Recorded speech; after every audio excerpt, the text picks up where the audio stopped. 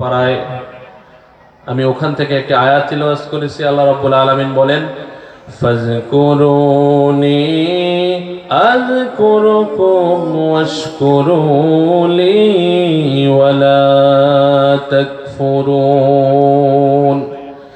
আল্লাহ রাব্বুল আলামিন পবিত্র কালামের মধ্যে ঘোষণা দিলেন, ফাযকুরুনি আযকুরুকুম ওয়াশকুরুলি ওয়ালা তাকফুরুন। আমার আল্লাহ রাব্বুল আলামিন কালামের মধ্যে ঘোষণা দিলেন, আমার বান্দা বান্দীরা তোমরা শোনো, শুনিয়া রাখো, জানিয়া রাখো, তোমরা যদি আমি আল্লাহ তাআলার জিকির করো, আমি আল্লাহ তাআলাকে স্মরণ করো, আমি আল্লাহ তোমাদেরকে স্মরণ করব। আমি আল্লাহ তাআলাকে স্মরণ করলে, তোমরা যদি স্মরণ করো, আমি আল্লাহ তাআলাকে স্মরণ, আমি আল্লাহ তাআলাও তোমাদেরকে স্মরণ করব। সকলে বলি সুবহানাল্লাহ।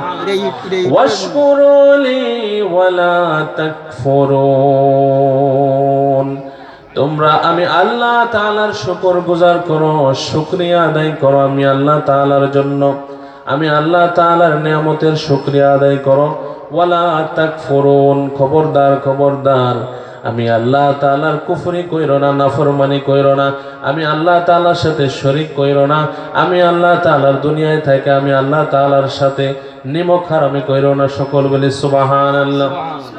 আল্লাহ রাব্বুল আলামিন পবিত্র কোরআনে আমাদেরকে সতর্ক করে দিলেন, আমাদেরকে জানিয়ে দিলেন আমরা যেন আল্লাহ তাআলার সাথে আল্লাহ তাআলার শুকরিয়া আদায় করি, আল্লাহ তাআলার নিয়ামতের শুকরিয়া আদায় করি এবং আল্লাহ তাআলার জিকির করি, আল্লাহকে স্মরণ করি। আমি বলতে চাই আপনার সম্মানিত শ্রোতাবিন্দু, এবং আমি আপনাদেরকে বলতে চাই আল্লাহ রাব্বুল আলামিন পবিত্র কোরআনে যে আয়াতের মধ্যে ঘোষণা দিয়েছেন, ফাযকুরুনি, তোমরা আমাকে স্মরণ করো, আমি তোমাদেরকে স্মরণ করব। এখানে জিকিরের কথা বলছেন, জিকির অর্থ তো স্মরণ করা। আল্লাহ তাআলাকে বিভিন্নভাবে স্মরণ করা যায়, শুধুমাত্র আল্লাহ আল্লাহ লা ইলাহা ইল্লাল্লাহ জিকির করলে শুধু আল্লাহকে স্মরণ করা হয় না। আল্লাহ তাআলাকে স্মরণ করা যায় নামাজের মাধ্যমে, আল্লাহ তাআলাকে স্মরণ করা যায় কোরআন তেলাওয়াতের মাধ্যমে, আল্লাহ তাআলাকে স্মরণ করা যায় কোন দরিদ্র লোককে সাহায্য করার মাধ্যমে, আল্লাহ তাআলাকে স্মরণ করা যায় রোজা রাখার মাধ্যমে। অর্থাৎ প্রত্যেকটা কাজের বিনিময়ে আল্লাহ তাআলাকে স্মরণ করা যায়। সকলে বলি সুবহানাল্লাহ। হাদিসে পাকের মধ্যে আছে সবচেয়ে শ্রেষ্ঠ জিকির হচ্ছে চারটি। কয়টি শ্রেষ্ঠ জিকির? চারটি। সো এই হাদিসের মধ্যে আল্লাহ হাবিব প্যারা নবী রাহমাতাল লিল আলামিন বলেন, চারটি হচ্ছে শ্রেষ্ঠ জিকির যেগুলোর মাধ্যমে আল্লাহ তাআলাকে স্মরণ করা যায়। তার ভিতরে একটা হচ্ছে সুবহানাল্লাহ, আলহামদুলিল্লাহ, তারপরে লা ইলাহা ইল্লাল্লাহ, আল্লাহু আকবার। এই চারটি জিকির হচ্ছে শ্রেষ্ঠ। তার ভিতরে লা ইলাহা যে জিকির, লা ইলাহা ইল্লাল্লাহ, এই জিকিরটা হচ্ছে এই তিনটির তুলনায় এটা আরেকটু শ্রেষ্ঠ। আল্লাহ নবী সাল্লাল্লাহু আলাইহি ওয়াসাল্লাম বলেন, মান ক্বালা লা ইলাহা ইল্লাল্লাহ দাখালাল জান্নাহ, যে ব্যক্তি লা ইলাহা ইল্লাল্লাহ বলবে, লা ইলাহা ইল্লাল্লাহর উপর ঈমান আনবে, আল্লাহ তাআলা তাকে জান্নাতের মেহমান বানিয়ে দিবেন। সুবহানাল্লাহ। সম্মানিত উপস্থিতি, সম্মানিত হাজিরিন, আদম আলাইহিস সালাম থেকে এই পর্যন্ত যত নবী রাসূল আসছে 2 লক্ষ মতান্তরে 1,24,000। আল্লামা ইবনে হাজার আসকালানি বলেন, নবী রাসূলদের সংখ্যা একমাত্র আল্লাহ তাআলাই ভালো জানেন। কত লক্ষ লক্ষ নবী আল্লাহ তাআলা দুনিয়াতে পাঠাইছেন, কত রাসূল আল্লাহ তাআলা দুনিয়ার মধ্যে পাঠাইছেন।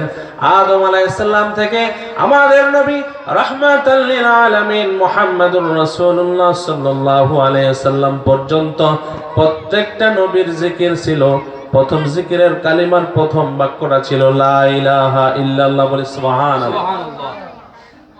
আদম আলাইহিস সালামের কালিমা যদি আমরা তাকাই, আদম আলাইহিস সালাম তার উম্মতদেরকে দাওয়াত দিতেন লা ইলাহা ইল্লাল্লাহ, আদম সফিউল্লাহ।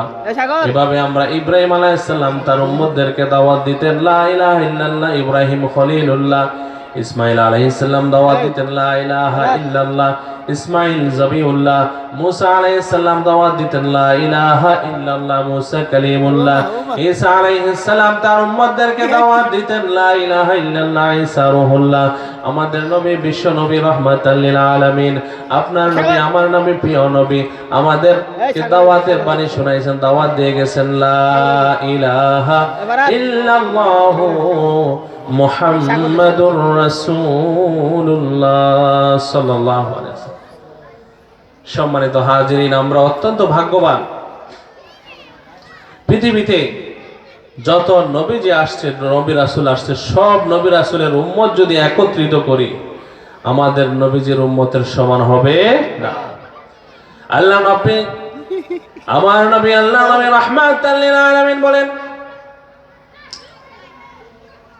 হাসরের ময়দানে এমন নবী আল্লাহ রাব্বুল আলামিনের কাছে দাঁড়াবেন যে নবীর একজন উম্মত, বলি সুবহানাল্লাহ।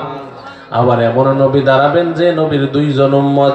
এমন নবী আল্লাহ রাব্বুল আলামিনের সামনে দাঁড়াবেন যে নবীর তিনজন উম্মত। এমন নবী দাঁড়াবেন যে নবীর পাঁচজন উম্মত। এমন নবী আল্লাহ রাব্বুল আলামিনের সামনে দাঁড়াবেন যে নবীর 10 জন উম্মত। এভাবে এমন নবী দাঁড়াবেন যে নবীর কোনো উম্মতে নাই, বলি সুবহানাল্লাহ।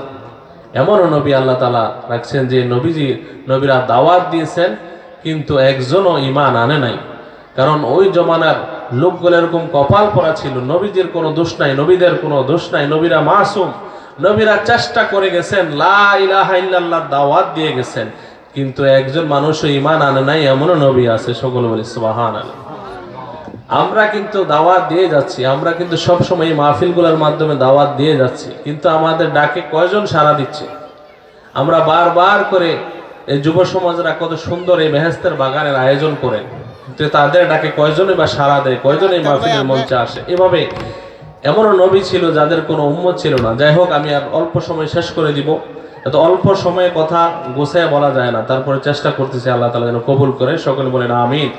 আল্লাহ রাব্বুল আলামিন বলেন, ইয়া আইয়ুহাল্লাযীনা আমানুস্তাঈনু বিস-সাবরি ওয়াস-সালাহ ইন্নাল্লাহা মা'আস-সাবিরিন।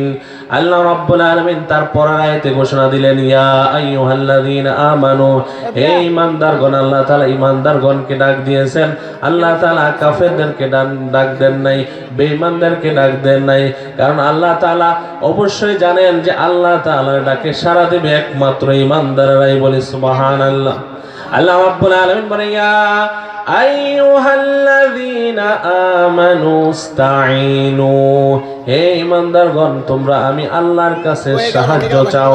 তোমরা আমি আল্লাহর কাছে সাহায্য চাই। আমরা যদি প্রশ্ন করি, আল্লাহ গো, ও আল্লাহ, আমরা কিভাবে সাহায্য চাইবো, কিসের মাধ্যমে সাহায্য চাইবো? আমার আল্লাহ তাআলা বলেন, ইয়া আইয়ুহাল্লাযীনা আমানুস্তাঈনু বিস-সাবরি ওয়াস-সালাহ। আল্লাহ রাব্বুল আলামিন জানায় দিলেন স্পষ্ট, দুইটা জিনিসের মাধ্যমে তোমরা আমি আল্লাহ তাআলার কাছে সাহায্য চাও। একটা হচ্ছে ধৈর্য ধরার মাধ্যমে, যখন কোনো বিপদ আসে, আপদ আসে, তোমরা ধৈর্য ধরো। বিস-সালাত, এবং আমি আল্লাহ তাআলার কাছে নামাজের মাধ্যমে সাহায্য চাও। ধৈর্য ধরার পরে তোমরা নামাজে দাঁড়াইয়া যাও। নামাজে দাঁড়ায় গেলে আমি আল্লাহ তাআলা তোমাদেরকে বিপদ থেকে উদ্ধার করব। বলি সুবহানাল্লাহ। এবং আল্লাহ রাব্বুল আলামিন বলেন, ইন্নাল্লাহা মা'আস-সাবিরিন, যারা ধৈর্য ধরবে, যারা ধৈর্য ধারণ করতে পারবে, আমি আল্লাহ তাআলা তাদের সাথে থাকবো, তাদের সঙ্গে আছি। বলি সুবহানাল্লাহ। আল্লাহ রাব্বুল আলামিন এখানে নামাজের মাধ্যমে আমাদেরকে ধৈর্য ধরতে বললেন। তার মানে আমাদেরকে নামাজ পড়তে হবে। নামাজ হচ্ছে সবচেয়ে বড় জিকির। নামাজের ভিতরে সুবহানাল্লাহ, সুবহানা রাব্বিয়াল আ'লা আছে, সুবহানা রাব্বিয়াল আযীম আছে, আল্লাহু আকবার আছে। তারপরে এভাবে বিভিন্ন রকমের জিকির আছে, কোরআন তেলাওয়াত আছে। সবচেয়ে বড় জিকির হচ্ছে যখন বান্দা নামাজে দাঁড়ায়া যায়। নামাজের মধ্যে সবকিছু আছে। নবীজির উপর দুরূদ আছে, আছে না নাই? নবীজির উপর দুরূদ আছে। এই জন্য নামাজটা হচ্ছে এমন একটা ইবাদত, এই নামাজ যে পড়বে তার মনের ভিতরে প্রশান্তি আসবে। নামাজের কারণে আল্লাহ রাব্বুল আলামিন তাকে অশ্লীল কাজ থেকে আল্লাহ তাআলা বিরত রাখবেন। সকলে বলি সুবহানাল্লাহ।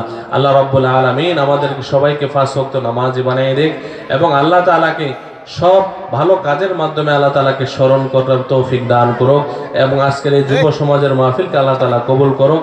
ওয়া আখিরু দাওয়ানা আনিল হামদুলিল্লাহি রাব্বিল আলামিন। আসসালামু আলাইকুম।